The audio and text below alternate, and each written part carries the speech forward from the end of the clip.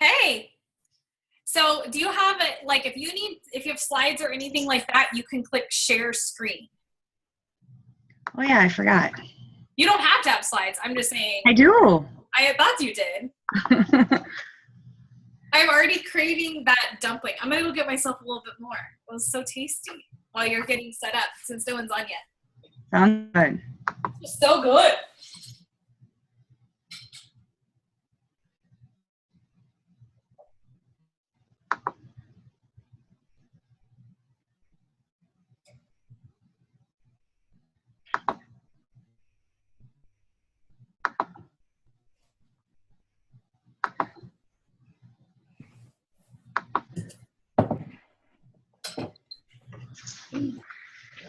All right, so let's go ahead and get started. I wonder where Carissa went.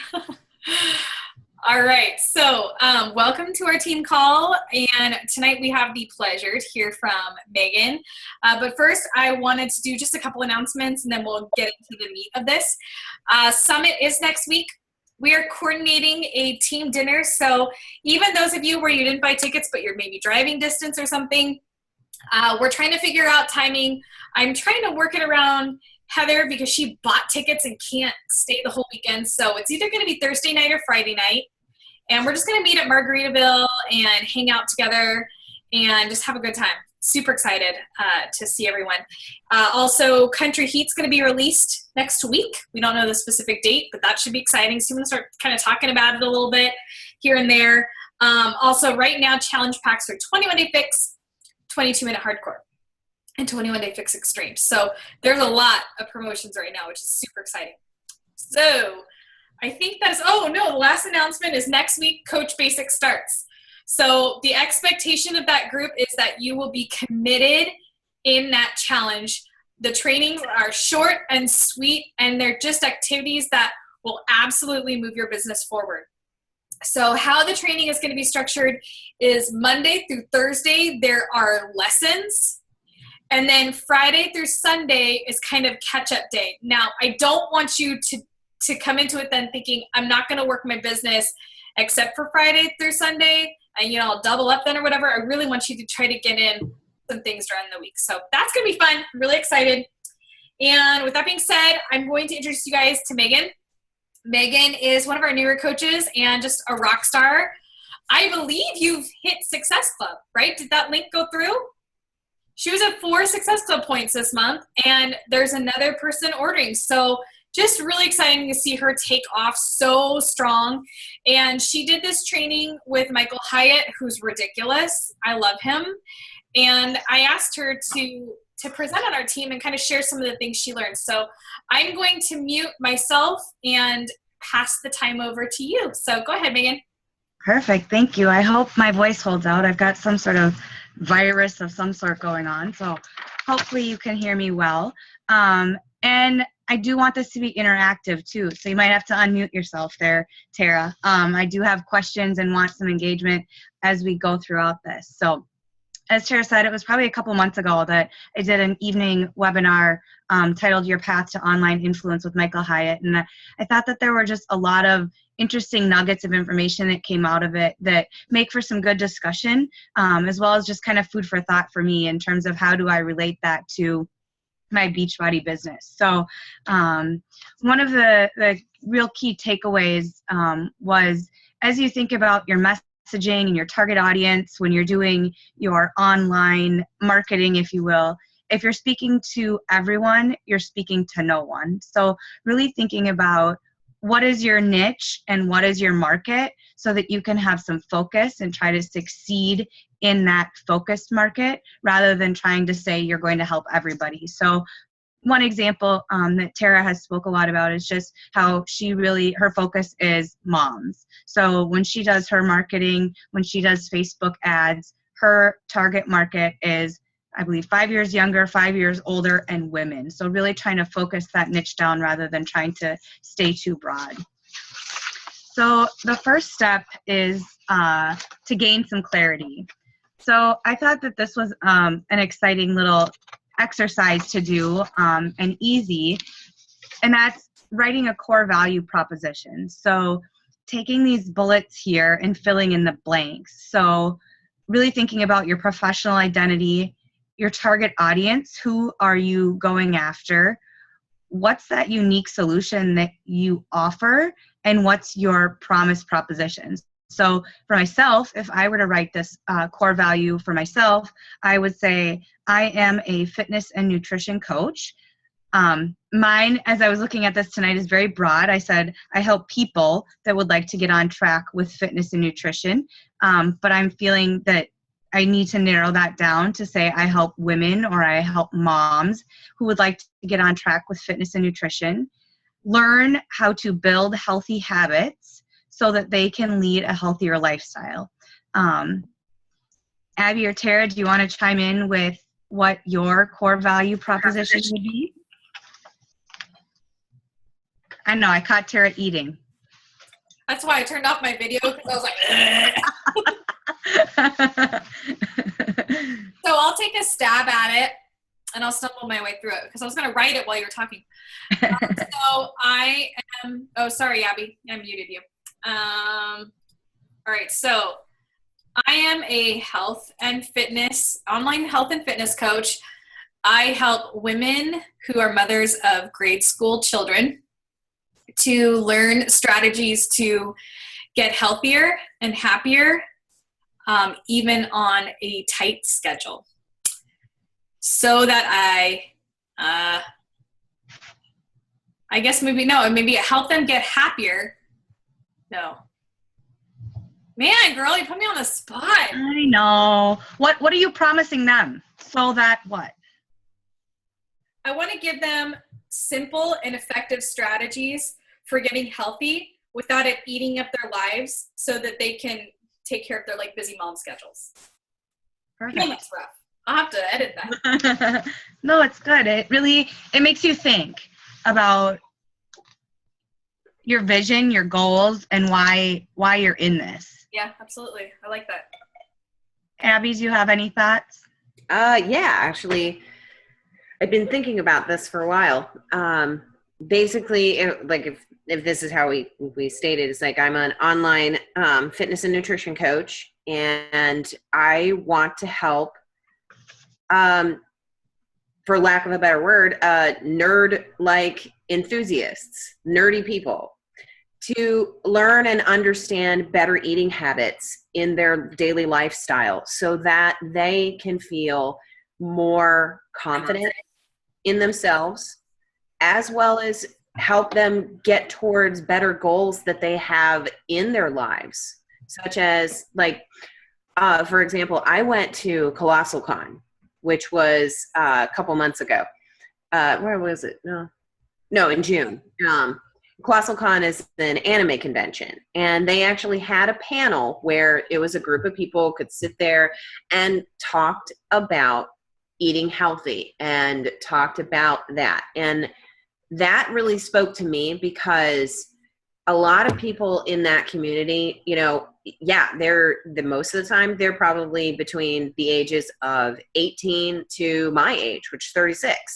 And a lot of them want to be able to do cosplay effectively, want to enjoy making costumes, but also want to feel better about themselves, because a lot of times that type of group does tend to be a little bit more introverted, tends to do things a lot more at home, which of course I do a lot of that too, because they're enjoying their niche that they like, whether it's reading comic books, whether it's reading young adult reading, whether it's manga, playing Pokemon Go, like what I'm doing now. But that's kind of I thought that would be really cool, because I don't think anybody has actually spoken to that type of grouping, unless it's actually somebody who is just a professional, bodybuilder, or a coach, or a fitness instructor. And that's cool too, but a lot of times they don't see that. And that's why, for example, Chris Pratt has spoken to a lot of people now in this day and age, because he went from being this one person, being extremely overweight, to what he looks like now with, Guardians of the Galaxy and Jurassic World. And not a lot of people realize that he went from such a huge extreme. And that's a really cool story for something like me to kind of show to people that it's like, hey, people like me can get fit too. So can you. That's awesome.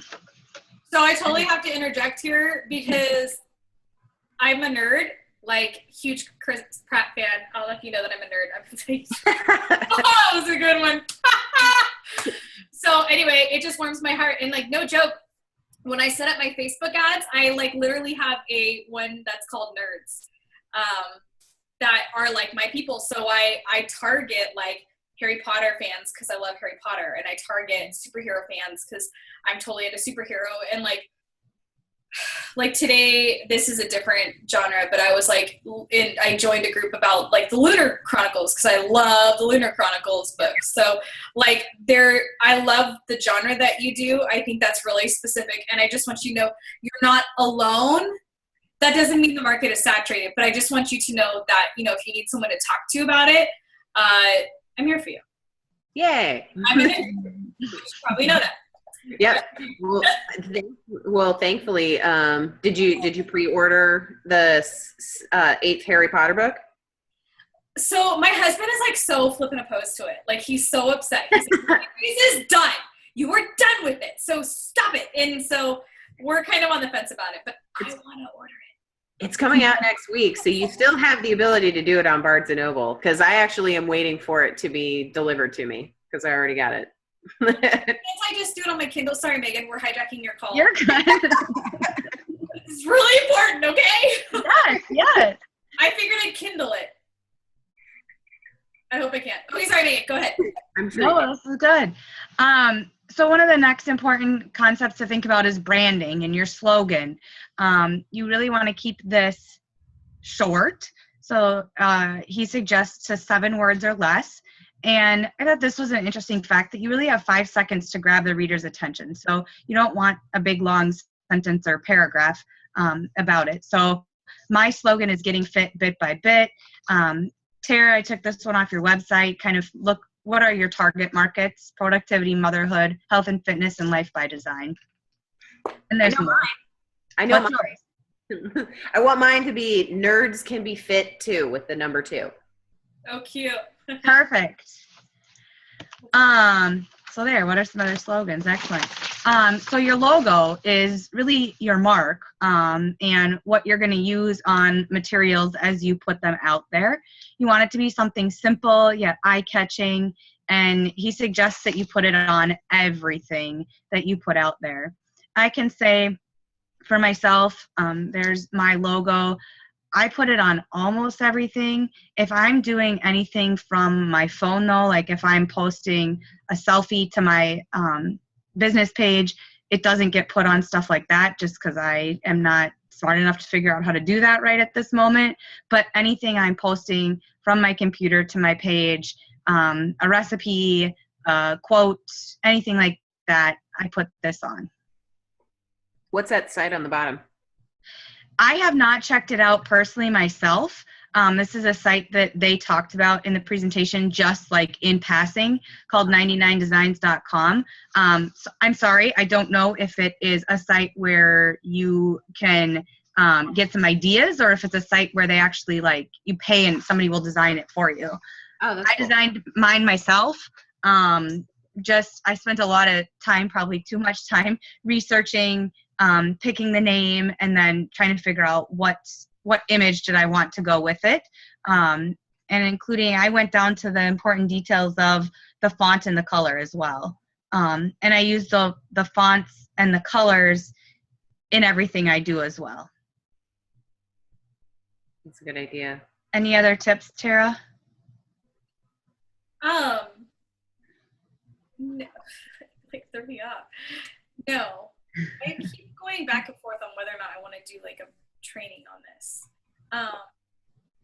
But I do have a branding training, and I go through, I think, a logo in there. So you can check the channel for that. But no, I like it. Yeah. So a huge part of branding is photography, and it's really important. He talks about the return on investment, the investment in photography, and how you have a really huge return for that. On the next slide, I have some pictures to show some examples. But there are a ton of sites out there that have stock photos. First of all, you can just Google. But it was really eye-opening to me to make sure that you're checking to make sure that the usage rights are images that have been marked for reuse, so that you're not stealing other people's images if they haven't marked that. So that was eye-opening on how to do that. And then there are some just stock photo sites that you can grab photos from if you would like to. I am lucky. I try to use almost all of my own pictures and everything that I do. My husband does photography on the side for a hobby, so he's taken some great shots of me. And then I have used my iPhone for a lot of images to add to recipes and stuff like that. One of the trainings I did, actually, I think it was Coach Basics, or one of the hour trainings that I've done recently, talked a little bit just about some of the photography tips to make sure you're getting as much natural light as you possibly can, rather than the fluorescent lights or even just light bulbs. Be careful about shadows, and especially for food, think about your presentation. So if you're taking pictures of food, spend a little extra time on it. And again, I use my iPhone for it. Any sites that anyone else uses for stock photos? Is that one called Pixabay? Yeah. So Pixabay, Chris told me about it, and I use it every day. Yeah. It's a great one because you have the right to use the photos. They're really pretty. There's a good variety of free ones, but some you have to pay for. I don't pay for the ones. The other one that I love, the other app I love that's not stock photos, but if I'm using my own photo, there's two apps that I swear by. And one is called Pick Tap Go. And it's amazing because what I like about it is you take your image and you say you're going to edit it. You can resize it however you want it, square, whatever. I do square because of Instagram. And then you can say, oh, I want to set the auto color on it, and it'll auto color it. And you have this little bar at the bottom where you can say, oh, I want a little less of what they just did to it. Or, oh, I like where it's at. Or you can undo what you just did. And you can scroll down. Maybe you want to make it black and white, which I recommend. I learned this when I was in snowy Chicago in the basement, is when your lighting sucks, a great cheat for you is to use black and white and to play around with the brightness and the contrast. So just kind of play around with it until, I don't spend a ton of time, but Pick Tap Go is a really good one. And then as far as if you add text, you never want to add too much text to a photo, right? Never, ever, ever. But if you do add text, Rana Designs is a good one. So those are the two I use. If I'm on my computer, I use Canva. They just came out, I think Canva just came out with an app. Get out. Ooh. I feel like I'll have to look. I feel like I just got an email because I think I signed up online and I was like, well, if I'm doing something like this, I really want it from my phone so that I can do it on the go. So I haven't used it. I'll check. I love Canva's a great one. This is like being in college again. This is like being in college again because I graduated in art. Oh. I was in a photography class, and they wanted us to learn how to use the scanner, and so we learned with Scanner and Photoshop, and it was one of those things that you could either scan product, things on the scanner to learn, or use stockbook photos. And my boyfriend at the time worked at CCAD, which was a school for art, had 5 stockbook photo books that they were provided through the school. So Stockbook Central. That was funny. It's like pastime. Woo. I like it. So here's just a couple of examples. I think the coffee picture up on the top speaks a ton. I mean, the one on the right looks way more appealing than the one on the left, and it all has to do with lighting. It's the same exact picture. So, spending a little extra time, like Tara said, you don't want to spend too much time on it because you can Tara and I can both get sucked into the vortex of all this fun, artsy, fancy stuff very easily, and then forget about, oh, we should be sending out invites and follow-ups, not just doing this fun stuff. So, and then just a couple other examples of my shot that I have on my Facebook page as my profile pic for my business, and then 21-day fix. I had my husband take a whole bunch of pictures of me with 21-day fix containers, and then just of the containers that I kind of have to use over time now. And the night that we took those pictures, my dog then ate my purple and green container. Sad. The next item was getting feedback. So this was interesting to me, and I was just curious if anybody's done this, to survey your audience, get some demographic insights, get some insights about aspirations. I mean, I guess we do this with every challenger, more or less, when you're asking them what their goals are. But I was just curious if this meant anything else to anyone, or if there's anything else that people have done. So in my previous business, I did this. I don't know why I haven't done it yet. But I owned a cloth diaper website. Those of you heard of it, it's called paddedtushdats.com. And I did that. And it does kind of help to get a sense of what they're looking for. Yeah. So, yeah. Might be interesting if anybody ever feels like they're in a rut. Might be a good opportunity to reach out to clients and ask exactly that. You know, what are you looking for? What would be beneficial to you to continue to make, so you can continue to make your business successful? And I feel like it doesn't even have to be like a big fat survey. It could be just a Facebook post like, hey, for sure, these, what do you like the most? Do you like A, recipes, B, inspirational quotes, C, you know, right? Yeah. Yep. I agree. Simple. Yeah. For sure. This was interesting to me when we talked about home base. And when he talks about home base, he says that your home base should not be social media. Your home base should be something that you own and control. So it's a web page. It's not your Facebook page. And I think that that's interesting. I mean, Tara, you have your own web page. That's not personally on my radar yet. I know that that would be another huge time suck, and I don't have that right now. So my home base right now is Facebook. It's working. I think it's fine. I think I would love to grow and have a home base that is a website. I mean, I think about having just even that archive of recipes and things like that. I think it'd be great. But personally, it's not in the cards for me right now. How long, Tara, before you had a web page? I was a different breed of cat. I set up my web page before I signed up as a coach. Did you? Okay. Because I am very, I like to, how do I describe this? Describe it as a child. When I was a child, I didn't walk for a really long time. I watched people walk because I wanted to be, when I started walking, I was like freaking running and amazing. So like, that's kind of how I was, I'm like, before I sign up as a business, I want to visualize what this business would look like. So I created a webpage. But what I would recommend is you want to do it definitely after Emerald. Definitely. And I would almost argue even like where you're close to diamond or post diamond. Because right now you really got to be getting used to running challenge groups, signing on challengers, and all that stuff. If you do a web page, don't spend a ton of time on it. So like what I did when I was building my web page is I would just take my social media post, right? I take my Facebook post and I would turn it into a really quick blog post. I would drink my E&E, and while I was waiting for my E&E or Energize to kick in, I would quickly write a post, put up my recipe or something, and boom, it'd be done. And now, over time, I'm starting to earn an income on it.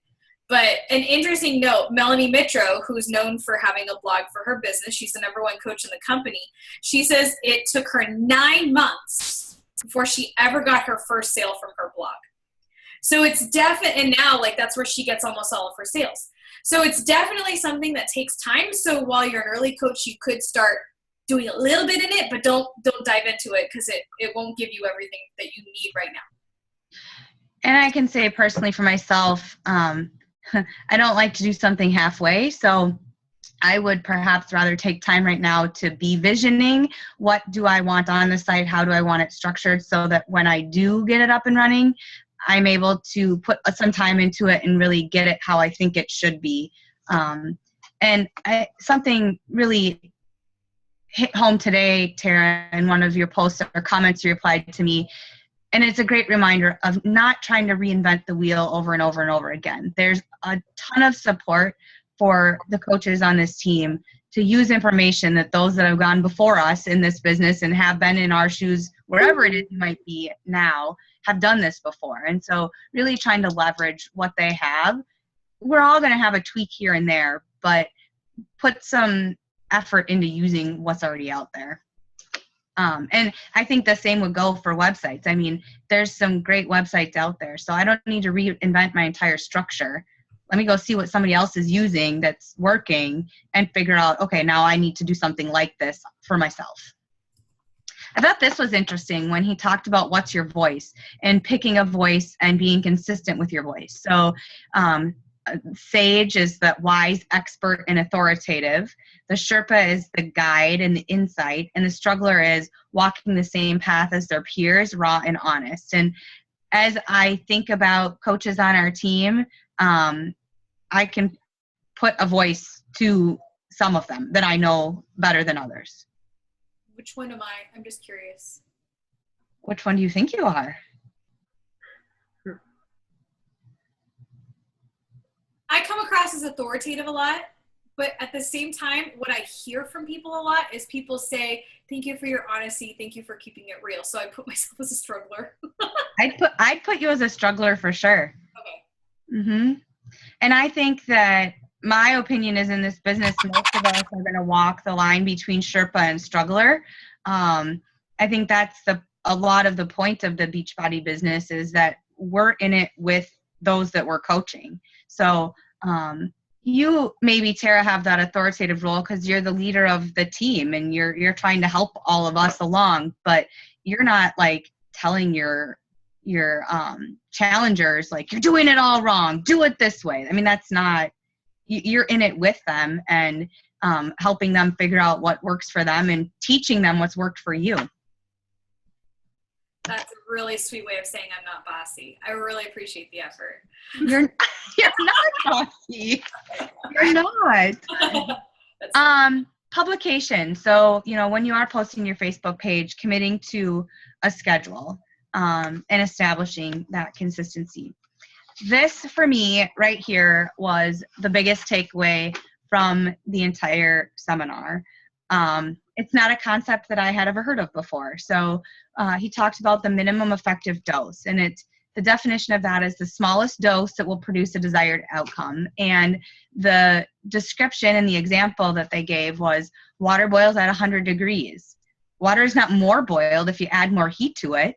You're going to save money on your gas or electric bill if you don't continue to try to increase the water of that temperature to get it to boil more. So you're conserving resources and saving them for something else more productive. I took this to heart with a lot of things in life, but I was spending too much time working out. And so figuring out what is that balance, what is the minimum effective dose? If I work out for an hour and a half a day, am I getting better results than if I were working out 45 minutes a day and freeing up that additional time to do something else in my life? And I think also figuring out for me as a full-time working outside the house mother of two, knowing what my goals are for this business, what is my minimum effective dose to be able to reach those goals. And it's not easy. I haven't figured it out yet because I'm not at my goals yet, but continuing to figure out how do I push myself harder? How do I free up some other time in areas of my life so that I can attempt to reach those goals in my Beachbody business. You've read this book, right? I'm reading it right now. It's so slow. Oh my goodness. I'm No, sorry. no, no, it's good. I'm so slow at reading it because for whatever silly reason, I'm reading a few books at the same time. Oh, I do that. So this is one of my favorite books of all time. Yep. It's called The Sweet Spot, and she actually talks about minimum effective dose, and I loved it because she talked about it from a woman's perspective. Must be later in the book because I haven't hit that yet. Maybe I need to skip to that part. I'm like, dang, I'm trying to find it. But basically what she says, I'm pretty sure it's in here. But like one of her examples was same thing. She was working out a bunch and she's like, why am I doing this? And she basically was like, what is the like absolute minimum that I could do in order to like have the body I want? I do remember that. Mm-hmm. Yeah. So she kind of talks about that, but I like absolutely agree. So I just want to share that because that was very big for me too. Mm-hmm. So attraction, building your email list is important. Some people use a list service. I don't right now at this point. I just got a MailChimp account and I will attempt to use it on a future campaign, but right now I'm just using email as my list service, which is working fine. I don't have a gigantic customer base at this point. And they suggest that if you do have a website that you have an email collection form on your site so you can capture that information from individuals that are interested. You use MailChimp, right, Tara? I do. Not for any rhyme or reason. I like MailChimp. I've used it before in my professional career, and it's pretty easy. Yeah. So my husband works in automated marketing or marketing automation, and like they compete with MailChimp on a lot of things. They compete with all these companies, but I can't afford his $600 a month software. So I was like, Ants, what's the best? And he's like, honestly, like Constant Contact, MailChimp, like they're all kind of the same. I mean, there are some that he's like, those suck, but we would hear about them. So definitely, like, he's like, yeah, MailChimp and Constant Contact. It doesn't matter, just whatever you do, like, stick with it, I guess. Do you import your contact list then out of Gmail into MailChimp periodically, or how do you manage your mail list in MailChimp?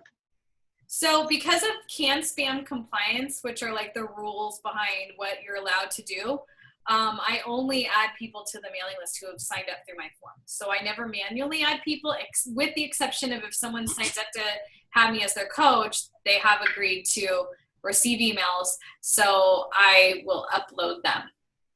But that's it. Good. The discussion about social media, I think, was great, really, especially when you're early on in this, really choosing a primary channel so you don't dilute your focus. So don't try to do Instagram and Facebook and Twitter and whatever else is out there. Really choosing a primary channel that you're going to focus your energy on. And then what's your strategy? How often? What's your content? What are your posts about? And then consider using one of the scheduling systems, Buffer, CoSchedule, or Hootsuite to get those posts up there so that you're not necessarily sitting at your computer making sure that these posts go up at the times that are prime for your site. I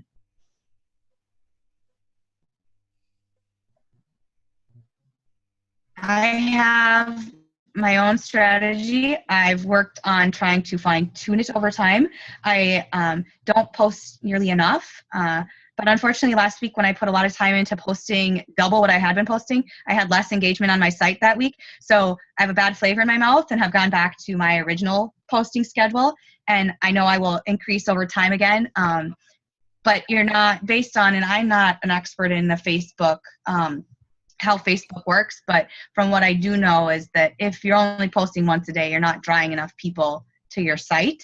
So I'm guessing I need to give it a little bit more of a chance than 1 week to see the return on investment there. And I will.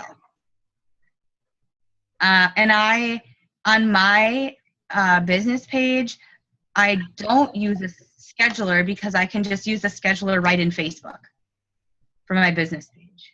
I do use Hootsuite for my challenge groups since you can't use a scheduler. The Facebook scheduler isn't an option in there. So I do use that to schedule all of my posts for the entire week so that I don't have to think about it during the week of the challenge group, and they just go up. So this concept was interesting, just talking about monetization and generating cash. So there's this interesting concept out there about charging for your content. So, what's the value of offering a free group? And do people not value that as much because the word free is attached to it and there's not as much of a commitment? I don't know. I'd love to hear your thoughts, Tara. I get it. I've struggled with this in my professional working career as well with a free offering that we have. But people like free things too.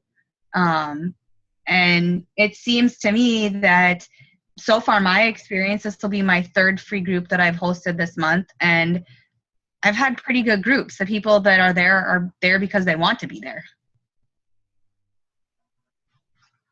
Thoughts? I feel like when people give out free content, that's good content.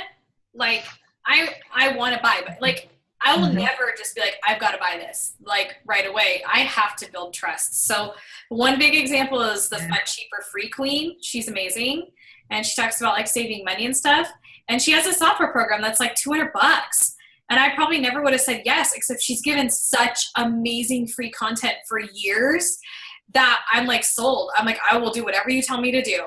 So I think that it helps make it easier for people to say, yeah, I want to do it. Yeah.